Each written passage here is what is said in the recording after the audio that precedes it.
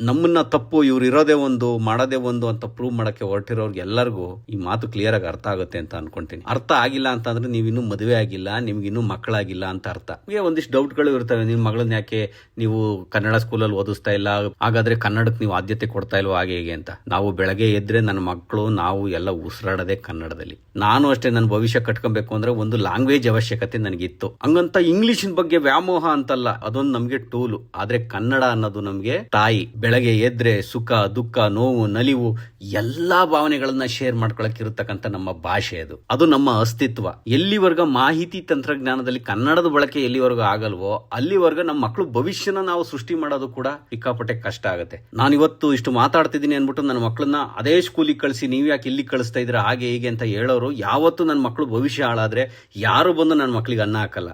ಅವ್ರ ಕಾಲ್ ಮೇಲೆ ಅವ್ರು ನಿಲ್ಲೋದಕ್ಕೆ ಅವ್ರಿಗೆ ಏನೆಲ್ಲ ಮಾಡಬೇಕು ಅವೆಲ್ಲನೂ ನಾವು ಮಾಡೋ ಅಂತ ಪ್ರಯತ್ನ ಮಾಡ್ತಾ ಇದೀವಿ. ಒಬ್ಬ ಪೋಷಕನಾಗಿ ಇದು ನಮ್ಮ ಜವಾಬ್ದಾರಿ. ಶುಭೋದಯ ಬಂಧುಗಳೇ. ನೋಡಿ ಹೆಂಗೆ ಹೆಂಗಸ್ರಿಗೆ ಕೆಲಸ ಕೊಟ್ಟಿದ್ದೀನಿ ಅಂತ. ಬರೀ ಬರ್ಗರು ಪಿಜ್ಜಾ ಅದು ಇದು ಇದೆ ನಿಮ್ಮ ಓದಿರು ಹೇಳ್ಕೊಟ್ಟಿರೋದು. ಮಾಡಿರಲ್ಲ ಕೆಲಸ.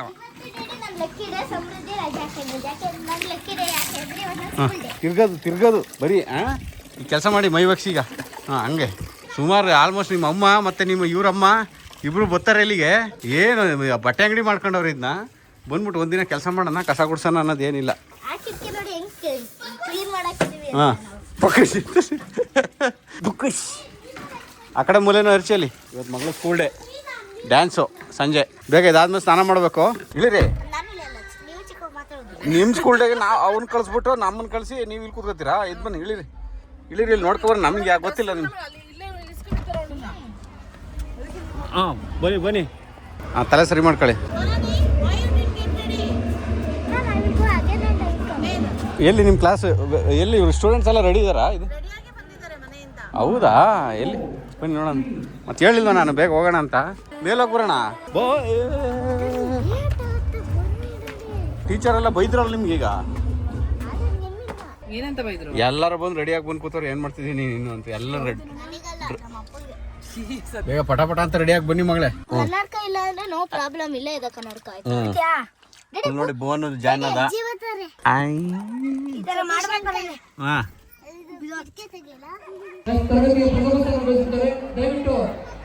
ಈಗ ಸಮಯ ಒಂದು 7 ಗಂಟೆ ಆಗಿರ್ಬೋದು. ಈ ಸ್ಕೂಲ್ ಡೇ ಮುಗಿಬೇಕು ಅಂದ್ರೆ ಅದು 11:30 ರಾತ್ರಿ ಆಗುತ್ತೆ. ಅಂದ್ರೆ 650 ಜನ ಮಕ್ಳಿರೋದ್ರಿಂದ ಪ್ರತಿಯೊಂದು ಮಕ್ಕಳಿಗೂ ಇಲ್ಲಿ ಡ್ಯಾನ್ಸ್ನ ಸ್ಟೇಜ್ ಮೇಲೆ ತೋರಿಸಲೇಬೇಕಾಗತ್ತೆ. ಯಾಕಂದ್ರೆ ಎಲ್ಲರೂ ನಮ್ಮ ಥರನೇ ಪೇರೆಂಟ್ಸು ತಮ್ಮ ಮಕ್ಕಳದ್ದು ಡ್ಯಾನ್ಸ್ ನೋಡಬೇಕು ಅಂತ ಅಂದರೆ 2 ರಿಂದ 3 ನಿಮಿಷ ಸಮಯ ಒಬ್ಬೊಬ್ರಿಗೆ ಇರುತ್ತೆ ಕಾಲಾವಕಾಶ. ಅದರಲ್ಲಿ ತಮ್ಮ ಮಕ್ಕಳನ್ನ ಡ್ಯಾನ್ಸ್ ನೋಡ್ಕೊಂಡು ಸಂತೋಷವಾಗಿ ಅವ್ರು ಮಾಡಿರೋ ಡ್ಯಾನ್ಸ್ನ ಫೋನಲ್ಲಿ ರೆಕಾರ್ಡ್ ಮಾಡ್ಕೊಂಡು ಹೋಗ್ತಾರೆ. ನಾವೆಲ್ಲ ಮೊದಲು ಸ್ಕೂಲಲ್ಲಿ ಓದುವಾಗ ಇಷ್ಟೆಲ್ಲ ಸೆಲೆಬ್ರೇಷನ್ ಇರ್ತಿರಲಿಲ್ಲ. ಈಗ ನೋಡಿದ್ರೆ ಪೇರೆಂಟ್ಸ್ಗಳು ಮಕ್ಕಳಿಗೋಸ್ಕರ ಅದು ಎಷ್ಟೆಲ್ಲ ಖರ್ಚು ಮಾಡ್ತಾರೆ.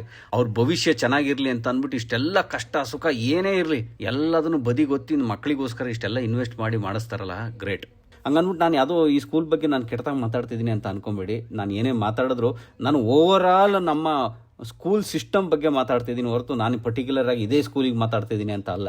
ನಾವು ನನ್ನ ಮಗಳನ್ನ ಈ ಜಾಗದಲ್ಲಿ ಈ ಸ್ಕೂಲಿಗೆ ಸೇರಿಸಿದೀವಿ ಅಂತಂದ್ರೆ ಇದು ಚೆನ್ನಾಗಿದೆ ಅಂತಾನೆ ನಾವು ಸೇರಿಸಿರೋದು. ಇದಕ್ಕಿಂತ ಬೆಟರ್ ಆಪ್ಷನ್ ಏನಾದರೂ ಸಿಕ್ಕಿದ್ರೆ ನಾವು ಬೇರೆ ಕಡೆನೂ ಸೇರಿಸ್ತಾ ಇದ್ವಿ. ಇವತ್ತು ಪೇರೆಂಟ್ಸು ಮಕ್ಕಳು ಭವಿಷ್ಯಕ್ಕೋಸ್ಕರ ಎಷ್ಟು ಬೇಕಾದ್ರೂ ಹಣ ಖರ್ಚು ಮಾಡಕ್ಕೆ ಹಿಂದೆ ಮುಂದೆ ನೋಡೋದಿಲ್ಲ. ಇಲ್ಲಿ ಸಾಕ್ಷಿನೇ ನಮ್ಮ ಕಣ್ ಮುಂದೆ ನೀವು ನೋಡ್ತಾ ಇದ್ದೀರಾ. ನೋಡಿ, ಇವೆಲ್ಲ ಗ್ರ್ಯಾಂಡ್ ಸೆಲೆಬ್ರೇಷನ್ ಮಾಡಬೇಕು ಅಂತಂದ್ರೆ ಪೇರೆಂಟ್ಸ್ ಸಪೋರ್ಟ್ ಇಲ್ದೇನೆ ಇದನ್ನೆಲ್ಲ ಮಾಡಕ್ ಆಗೋದಿಲ್ಲ. ನನಗೆ ಸಾಕಷ್ಟು ಬಾರಿ ಪ್ರಶ್ನೆ ಕಾಡುತ್ತೆ, ನಾವು ನಮ್ಮ ಮಕ್ಕಳಿಗೆ ಕೊಡಿಸ್ತಾ ಇರೋದು ಇದೇ ರಿಯಲ್ ಎಜುಕೇಶನ್, ಇದಿಲ್ದೇನೆ ಬೇರೆ ಏನಾದ್ರೂ ಇದೆಯಾ ಇನ್ನು ಕೊಡ್ಬೇಕಾಗಿರೋದು ಅಂತ. ಯಾಕಂದ್ರೆ ಬದಲಾಗ್ತಿರೋ ಕಾಲ, ಪ್ರತಿ 3 ತಿಂಗಳಿಗೂ ಟೆಕ್ನಾಲಜಿ ಬದಲಾಗುತ್ತೆ, ಎಲ್ಲ ಬದಲಾಗ್ತಿರುವಂತ ಕಾಲ. ಎಷ್ಟು ಕಾಲದಲ್ಲಿ ಇನ್ನೊಂದು 20-30 ವರ್ಷ ಕಳೆಯೋದ್ರೊಳಗೆ ನಮ್ಮ ಮಕ್ಕಳು ಈಗ ಓದಿರೋದು ಅವ್ರಿಗೆ ನೆನಪಿರುತ್ತಾ ಅನ್ನೋದೇ ನನಗೆ ಆಲೋಚನೆ. ನಾನು ಇದೊಂದು ಪರ್ಟಿಕ್ಯುಲರ್ ಡ್ಯಾನ್ಸ್ ಬಗ್ಗೆ ಮಾತಾಡ್ತಿಲ್ಲ, ಎಜುಕೇಶನ್ ಸಿಸ್ಟಮ್ ಆಗಿರ್ಬೋದು, ಎಲ್ಲದನ್ನು ಏನೇ ಆಗಿರ್ಲಿ ನಮ್ಮ ಮಕ್ಕಳಿಗೆ ಇವತ್ತು ಎಲ್ಲರಿಗಿಂತ ಸ್ಕೂಲಲ್ಲಿ ನೀನೇ ಫಸ್ಟ್ ಇರಬೇಕು ಅಂತ ಮಕ್ಕಳನ್ನ ಎಜುಕೇಶನ್ ರನ್ನಿಂಗ್ ರೇಸ್ ಮಾಡ್ಬಿಟ್ಟು ಅವ್ರನ್ನ ಬಿಟ್ಬಿಡ್ತೀವಿ. ಅವು ಹಗಲು ರಾತ್ರಿ ಆಟ ಆಡೋದನ್ನು ಮರೆತು ಓದಿ ಓದಿ ಓದಿ ಓದಿ ಬರೀ ಪುಸ್ತಕದ್ದು ಒಳಗೆ ಸೇರ್ಕೊಂಡ್ಬಿಟ್ಟಿರ್ತಾರೆ.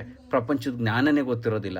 ಅಷ್ಟೇ ಯಾಕೆ ಹೊರಗಡೆ ಅಂಗಡಿಲಿ ಹೋಗಿ ಒಂದಿಷ್ಟು ಸಾಮಾನು ತಗೊಂಬ ಅಂತ ಅಂದ್ರೆ ನಮಗೆ ಕಳ್ಸಕ್ ನಮಗೆ ಕಾನ್ಫಿಡೆನ್ಸ್ ಇಲ್ಲ. ನೋಡಿ, ಈಗ ಮಧ್ಯಾಹ್ನ ನಾನು ಊಟ ಮಾಡಿರ್ಲಿಲ್ಲ, ಹೋಗಿ ಊಟ ಮಾಡ್ಕೊಂಬರೋಣ ಅಂತ ಹೊರಗಡೆ ಹೋದಾಗ ಒಂದಿಷ್ಟು ಸ್ಟಾಲ್ಗಳು ಹಾಕಿದ್ರು. ಅಲ್ಲಿ ಒಬ್ಬ ಹುಡುಗ, ಅಂದ್ರೆ ಒಂದು ಚಿಕ್ಕ ವಯಸ್ಸು, ಒಂದು 6-7ನೇ ಕ್ಲಾಸ್ ಇರ್ಬೋದು ಅನ್ಸುತ್ತೆ, ಗೌರ್ಮೆಂಟ್ ಸ್ಕೂಲಲ್ಲಿ ಓದ್ತಾರ ಅಂತ ಒಂದು ಹುಡುಗ. ಅವ್ರ ಅಪ್ಪ ಅಮ್ಮನ ಜೊತೆ ಅಕ್ಷರಮೂರಿ ಹಾಕಿ ಕೊಡೋದು ಎಲ್ಲರಿಗೂ ಇದೆಲ್ಲ ಮಾಡ್ತಾ ಇದ್ದ. ನಾನು ಅವನ್ನ ಯಾವ್ದಪ್ಪ ಸ್ಕೂಲ್ ನಿಂದು ಅಂತ ಕೇಳಿದ್ಕೆ ಗೌರ್ಮೆಂಟ್ ಸ್ಕೂಲು ಅಂತ ಹೇಳ್ದ. ನಾನು ಎಷ್ಟಪ್ಪ ಚರ್ಮುರಿ ಅಂತ ಕೇಳಿದ್ಕೆ 20 ರೂಪಾಯಿ ಅಂದ. ನಾನು 10 ರೂಪಾಯಿ ಕೊಡ್ಲೇನು ಅಂತ ಅಂದ್ರೆ 10 ರೂಪಾಯಿ ಕೊಟ್ರೆ ನಾವು ತಂದಿರೋ ಸಾಮಾನಿಗೆ ಖರ್ಚಾಗ್ಬಿಡುತ್ತೆ, ನನಗೆ ಏನು ಉಳಿಯೋದಿಲ್ಲ, ನಮಗೆಲ್ಲ ಲಾಭ ಮಾಡಬಾರ್ದು ನಾವು ಹಂಗೆ ಹಿಂಗೆ ಅಂತ ಮಾತಾಡ್ಕೊಂಡು ಆ ಹುಡುಗ ಚರ್ಮುರಿ ಹಾಕೊಟ್ಟ. ಎಷ್ಟು ಖುಷಿ ಆಯ್ತು ಅಂದ್ರೆ ಕಣ್ಣಲ್ಲಿ ನನಗೆ ಭವಿಷ್ಯದಲ್ಲಿ ಬಿಸ್ನೆಸ್ ಮ್ಯಾನ್ ಕಾಣ್ತಾ ಇದ್ದ. ನನ್ಗೆ ಸಾಮಾನು ತಗೊಂಬಂದು ಎಷ್ಟು ಲಾಭ ಬರುತ್ತೆ ಏನು ಎತ್ತ ಅನ್ನೋದು ಎಲ್ಲ ಅಲ್ಲಿ ಲೆಕ್ಕಾಚಾರ ಮಾಡಿ ಅವನು ಆಗಲೇ ಬಿಸ್ನೆಸ್ ಮಾಡೋದನ್ನ ಕಲ್ತ್ಬಿಟ್ಟಿದ್ದ. ಅವ್ರ ಅಪ್ಪ ಅಮ್ಮಗೂ ಸಪೋರ್ಟ್ ಮಾಡ್ತಾ ಇದ್ದ ಅಲ್ಲಿ ನಿಂತ್ಕೊಂಡು. ನಾನು ಏನ್ ಹೇಳಕ್ ಹೊರಟಿದ್ದೀನಿ ಅಂತಂದ್ರೆ, ವಿದ್ಯೆ ಅನ್ನೋದು ಬರೀ ಪುಸ್ತಕ ಓದಿ ಫಸ್ಟ್ ರ್ಯಾಂಕ್ ಬಂದ್ರೆ ಮಾತ್ರ ವಿದ್ಯೆ ಅಲ್ಲ. ಒಬ್ಬ ಕೆರೆ ಒಳಗೆ ಈಜು ಹೊಡಿತಾನೆ ನೋಡಿ, ಅದು ಒಂದು ವಿದ್ಯೆನೆ. ಅಡುಗೆ ಮಾಡ್ಕೊಂತ ನೋಡಿ, ಅದು ಒಂದು ವಿದ್ಯೆನೆ. ಆಯುರ್ವೇದ ವಿದ್ಯೆ, ಸಂಗೀತ ವಿದ್ಯೆ. ನಾವು ಬೆಳಗ್ಗೆ ಅಂದ್ರೆ ಸಂಜೆವರೆಗೂ ನಾವು ಏನೆಲ್ಲ ಕೆಲಸ ಮಾಡ್ತೀವಿ ನಮ್ಮ ಜೀವನನ ಸಾಕೋದಕ್ಕೆ, ಅದು ಎಲ್ಲ ವಿದ್ಯೆನೆ. ಇದೆಲ್ಲ ಪುರಾಣದಲ್ಲಿ ಹೋದ್ರೆ ನಮ್ಮ ಗುರುಕುಲ ಪದ್ಧತಿಯಲ್ಲಿ ಇತ್ತಂತೆ. 74 ವಿದ್ಯೆಗಳನ್ನ ಕಲಿಸ್ಕೊಡ್ತಾ ಇದ್ರು ಹಾಗೆ ಹೀಗೆ ಅಂತ. ಆ ರೀತಿ ವಿದ್ಯೆ ನಮ್ಮ ಈಗಿನ ಸ್ಕೂಲ್ಗಳಲ್ಲಿ ಯಾಕೆ ಸಿಗಲ್ಲ ಅನ್ನೋದು ನನ್ನ ಆಲೋಚನೆ. ಈಗ ನಾನೇನೋ ಯೋಚನೆ ಮಾಡ್ತಾ ಇದ್ದೀನಿ ಅಂದ್ಬಿಟ್ಟು ನನ್ನ ಮಗಳಿಗೆ ಅಂಥದೇ ಸ್ಕೂಲ್ ಹುಡ್ಕೊಂಡು ಹೋಗಿ ಕೊಡ್ತೀನಿ ಅಂತ ಹೋದ್ರೆ ಎಲ್ಲೂ ಆ ಸ್ಕೂಲು ಸಿಗಲ್ಲ. ಯಾಕಂದ್ರೆ 650 ಜನ ಮಕ್ಕಳು ಸ್ಟ್ರೆಂತ್ ಇರೋ ಅಂತ ಜಾಗ ಇದು. ಆ ಜಾಗದಲ್ಲಿ ನಾನು ಒಬ್ಬ ಬಂದು ನನಗೆ ಇದೇ ಥರ ಸಿಸ್ಟಮ್ ಬೇಕು ಹಾಗೆ ಹೀಗೆ ಅಂತ ಕೇಳಿದ್ರೆ, ಉಳಿದಿರೋ 649 ಪೇರೆಂಟ್ಸ್ಗೆ ಬೇಕಾಗಿರೋದೇ ಹೊರಗಡೆ ಏನು ಸಮಾಜದಲ್ಲಿ ನಡೀತಾ ಇದೆ ಆ ಥರ ಎಜುಕೇಷನ್. ಸ್ಕೂಲ್ ತಾನೇ ಏನು ಡಿಸೈಡ್ ಮಾಡೋಕ್ಕಾಗುತ್ತೆ? ಅವ್ರು ಏನು ಕೇಳ್ತಾರೆ ಅದನ್ನು ಕೊಡಲೇಬೇಕು. ಇಲ್ಲ ಅಂತಂದ್ರೆ ಸ್ಕೂಲಿಗೆ ಅಡ್ಮಿಷನ್ ಇರಲ್ಲ. ಸ್ಕೂಲಿಗೆ ಅಡ್ಮಿಷನ್ ಇಲ್ಲ ಅಂತಂದ್ರೆ ಅವ್ರು ಸ್ಕೂಲ್ ಕಟ್ಟು ಪ್ರಯೋಜನ ಇಲ್ಲ. ಈಗ ಹುಡುಗನ ಬಗ್ಗೆ ಗೌರ್ಮೆಂಟ್ ಸ್ಕೂಲಲ್ಲಿ ಓದ್ತಾ ಕೆಲಸ ಮಾಡಿ ಅವ್ನ ಬುಕ್ದಲ್ಲಿ ನನಗೆ ಬಿಸ್ನೆಸ್ ಮ್ಯಾನ್ ಕಾಣ್ತಾ ಇದ್ದಾನೆ ಹಾಗೆ ಹೀಗೆ ಅಂತೆಲ್ಲ ಹೇಳಿದ ತಕ್ಷಣ ಗೌರ್ಮೆಂಟ್ ಸ್ಕೂಲೇ ಗ್ರೇಟು, ಪ್ರೈವೇಟ್ ಸ್ಕೂಲ್ಗಳು ಗ್ರೇಟ್ ಅಲ್ಲ ಹಾಗೆ ಹೀಗೆ ಅಂತ ಅಲ್ಲ. ಇವತ್ತು ಗೌರ್ಮೆಂಟ್ ಸ್ಕೂಲಲ್ಲಿ ಓದಂಥ ಎಷ್ಟೋ ಮಕ್ಕಳು ಮೇಲೂ ಇದ್ದಾರೆ, ಇವತ್ತು ಕೆಳಗೂ ಇದ್ದಾರೆ. ಅದೇ ರೀತಿ ಪ್ರೈವೇಟ್ ಸ್ಕೂಲಲ್ಲಿ ಓದಿದಂಥ ಮಕ್ಕಳು ಕೂಡ ದೊಡ್ಡ ದೊಡ್ಡ ಜಾಬಲ್ಲೂ ಇದ್ದಾರೆ, ಒಳ್ಳೊಳ್ಳೆ ಹುದ್ದೆಲ್ಲೂ ಇದ್ದಾರೆ, ಹಾಗೆ ಲೈಫನ್ನು ಹಾಳು ಮಾಡ್ಕೊಂಡಿರೋರು ಇದ್ದಾರೆ. ಇಲ್ಲಿ ಸ್ಕೂಲ್ ಮ್ಯಾಟ್ರ್ ಆಗಲ್ಲ, ನಮ್ಮ ಮನಸ್ಥಿತಿ ಮ್ಯಾಟ್ರ್ ಆಗುತ್ತೆ.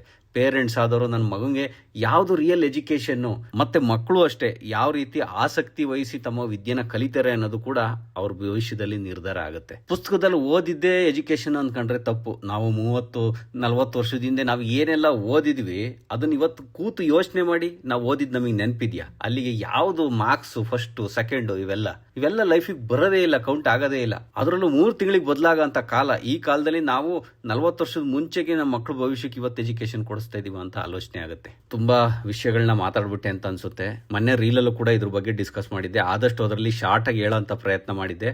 ಯಾಕೆಂದ್ರೆ 1 ನಿಮಿಷ ಕಾಲಾವಕಾಶ ಇರೋದ್ರಿಂದ ರೀಲ್ಸ್ಗಳಲ್ಲಿ ನಾನು ಆದಷ್ಟು ಚಿಕ್ಕದಾಗಿ ಹೇಳ್ತೀನಿ. ನಿಮಗೆ ಒಂದಿಷ್ಟು ಡೌಟ್ಗಳು ಇರ್ತವೆ. ನಿಮ್ಮ ಮಗಳನ್ನ ಯಾಕೆ ನೀವು ಕನ್ನಡ ಸ್ಕೂಲಲ್ಲಿ ಓದಿಸ್ತಾ ಇಲ್ಲ, ಪ್ರೈವೇಟ್ ಸ್ಕೂಲಲ್ಲಿ ಯಾಕೆ ಓದಿಸ್ತಾ ಇದ್ದೀರಾ, ಅದನ್ನು ಇಂಗ್ಲಿಷ್ ಮೀಡಿಯಮಲ್ಲಿ ಯಾಕೆ ಓದಿಸ್ತಾ ಇದ್ದೀರಾ ಅಂತ. ಹಾಗಾದ್ರೆ ಕನ್ನಡಕ್ಕೆ ನೀವು ಆದ್ಯತೆ ಕೊಡ್ತಾ ಇಲ್ವೋ ಹಾಗೆ ಹೇಗೆ ಅಂತ. ನಾವು ಬೆಳಗ್ಗೆ ಎದ್ರೆ ನನ್ನ ಮಕ್ಕಳು ನಾವು ಎಲ್ಲ ಉಸಿರಾಡೋದೇ ಕನ್ನಡದಲ್ಲಿ. ನಮ್ಮ ಆಲೋಚನೆ ಇಷ್ಟೇ. ನಾನು ಅಷ್ಟೇ ನನ್ನ ಭವಿಷ್ಯ ಕಟ್ಕೊಬೇಕು ಅಂದ್ರೆ ಒಂದು ಲ್ಯಾಂಗ್ವೇಜ್ ಅವಶ್ಯಕತೆ ನನಗಿತ್ತು. ಯಾಕೆಂದ್ರೆ ಯಾವುದೇ ಸಾಫ್ಟ್ವೇರ್ ಆಗಲಿ ಯಾವುದೇ ಟೆಕ್ನಾಲಜಿ ಆಗಲಿ ಎಲ್ಲ ಆಂಗ್ಲ ಭಾಷೆಯಲ್ಲಿ ಬರೋದ್ರಿಂದ ಮಾಹಿತಿ ತಂತ್ರಜ್ಞಾನ ಏನಿದೆ ಎಲ್ಲ ಆಂಗ್ಲ ಭಾಷೆಯಲ್ಲಿ ನಮಗೆ ಸಿಗ್ತಾ ಇರೋದ್ರಿಂದ ನಮಗೆ ಆಂಗ್ಲ ಭಾಷೆ ಅವಶ್ಯಕತೆ ತುಂಬಾ ಇದೆ.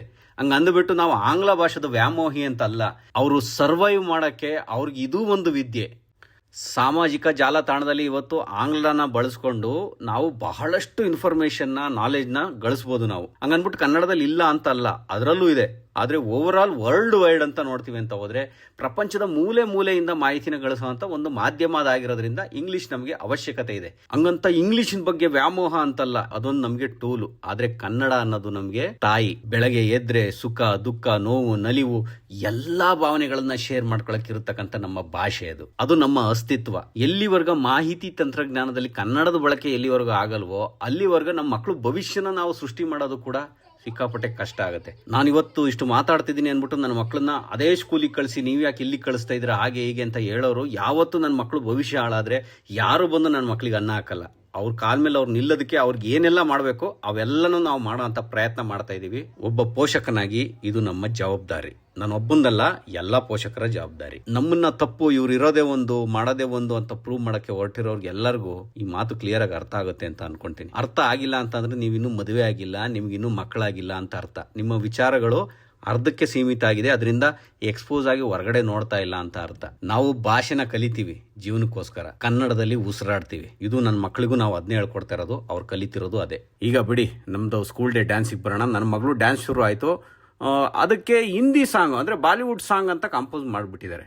ನೋಡಿ, ಮುಗೀತು ಅಂತಿದ್ದಂಗೆ ಇನ್ನೊಂದು ಪ್ರಶ್ನೆ ನನ್ನ ತಲೆ ಸೃಷ್ಟಿ ಆಯ್ತು. ನಾನು ನಿಮ್ಗೆ ಆಗ್ಲೇ ಹೇಳಿದೆ, ನಮ್ಮ ಜೀವನ ಕಟ್ಕೊಳ್ಳೋಕೆ 2 ಭಾಷೆ ಅವಶ್ಯಕತೆ ಇದೆ. ಉಸಿರಾಡಕ್ಕೆ ಕನ್ನಡ ಆದ್ರೆ ಬದುಕು ಕಟ್ಕೊಳ್ಳೋದಕ್ಕೆ ಆಂಗ್ಲ ಭಾಷೆ ನಮ್ಗೆ ಅವಶ್ಯಕತೆ ಇದೆ ಅಂತ. ಬಾಲಿವುಡ್ ಅಂತ ಬಂದಿದ ತಕ್ಷಣ ನನ್ನ ತಲೆಗೆ ಬಂತು ಹಿಂದಿ. ನಾನು ಹಿಂದಿನ ತುಂಬಾ ಚೆನ್ನಾಗಿ ಮಾತಾಡ್ತೀನಿ, ಯಾಕಂತಂದ್ರೆ ಸ್ಕೂಲಿಂದನೂ ನಮ್ಗೆ ತುಂಬಾ ಚೆನ್ನಾಗಿ ಕಲ್ಸ್ಕೊಟ್ಬಿಟ್ಟಿದ್ದಾರೆ ಹಿಂದಿನ.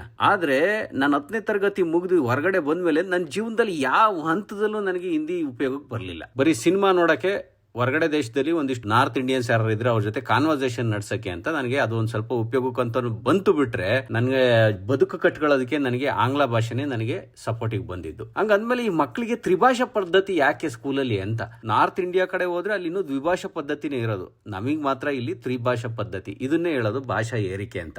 ನಾವು ಮಾತಾಡೋದನ್ನ ಎಲ್ಲಾ ಮಕ್ಕಳು ಇಡೀ ಭಾರತದಲ್ಲಿ ಗೊತ್ತಾಗ್ಬೇಕು ಅಂತ ಅಂದ್ಬಿಟ್ಟು ನಮ್ಮ ಮೇಲೆ ಮಕ್ಕಳ ಮೇಲೆ ಹೇರಿಕೆ ಮಾಡಿ ಅವರು ಬಾಲ್ಯನ ಉಪಯೋಗಕ್ಕೆ ಬರದೇ ಇರುವಂತ ಒಂದು ಇದನ್ನ ವಿದ್ಯೆನ ಕಲಿಸ್ಕೊಟ್ಟು ಅವ್ರಿಗೆ ಸಮಯನ ವ್ಯರ್ಥ ಮಾಡೋದು. ಆ ಜಾಗದಲ್ಲಿ ಇನ್ನೊಂದಿಷ್ಟು ವಿದ್ಯೆನ ಯಾವ್ದಾದ್ರು ಬೇರೆ ರೀತಿ ಅವ್ರ ಬದುಕಿಗೆ ಉಪಯೋಗ ಆಗಂತದ್ದು ಹೇಳ್ಕೊಟ್ಟಿದ್ರೆ ಅವರ ಭವಿಷ್ಯಕ್ಕೆ ಅದು ಸಿಕ್ಕಾಪಟ್ಟೆ ಯೂಸ್ಫುಲ್ ಆಗ್ತಾ ಇತ್ತು ಅನ್ನೋದು ನನ್ನ ಭಾವನೆ. ಇಲ್ಲಿ ನಾವು ಸ್ಕೂಲ್ಗಳನ್ನ ದೂಷಿಸಕ್ ಆಗೋದಿಲ್ಲ. ಇದು ರೆಡಿ ಆಗಿರೋದು ಸರ್ಕಾರದ ಮಟ್ಟದಲ್ಲಿ. ನಮ್ಮ ಕಣ್ಣಿಗೆ ಕಾಣದೇ ಇರೋತಕ್ಕಂಥ ನಾವು ಆಯ್ಕೆ ಮಾಡಿದ ಪ್ರತಿನಿಧಿಗಳು ಇದನ್ನ ನಿರ್ಧಾರ ಮಾಡಿರೋದ್ರಿಂದ ಸ್ಕೂಲ್ಗಳು ಅದನ್ನ ಫಾಲೋ ಮಾಡ್ತಾ ಇದಾವೆ ಅಷ್ಟೇ. ಸ್ಕೂಲ್ಗಳು ಅಷ್ಟೇ ರಿಯಲ್ ಎಜುಕೇಶನ್ ಯಾವುದು ಅನ್ನೋದನ್ನ ಮರ್ತು ಏನೆಲ್ಲ ರೂಲ್ಸ್ ಹಾಕಿದರೆ ಆ ರೂಲ್ಸ್ ನ ಫಾಲೋ ಮಾಡ್ಕೊಂಡು ಹೋಗ್ತಾ ಇದ್ದಾರೆ. ಬಿಟ್ರೆ ಇಲ್ಲಿ ಬೆಳೀತಿರೋದು ಪೊಲಿಟಿಷಿಯನ್ಸ್ಗಳು, ಸ್ಕೂಲು, ಅದು ಬಿಟ್ರೆ ಮಕ್ಕಳಲ್ಲ ಅನ್ನೋದು ನನ್ನ ಭಾವನೆ. ಫೈನಲಿ ನಾನು ಅನಿಸಿದ್ದ ಎಲ್ಲ ಮಾತುಗಳನ್ನ ನಿಮ್ಮ ಹತ್ರ ಹಂಚ್ಕೊಂಡಿದ್ದೀನಿ. ನನ್ನ ಮಗಳು ಡ್ಯಾನ್ಸ್ ಮಾಡಿ ಕೆಳಗೆ ಬಂತು.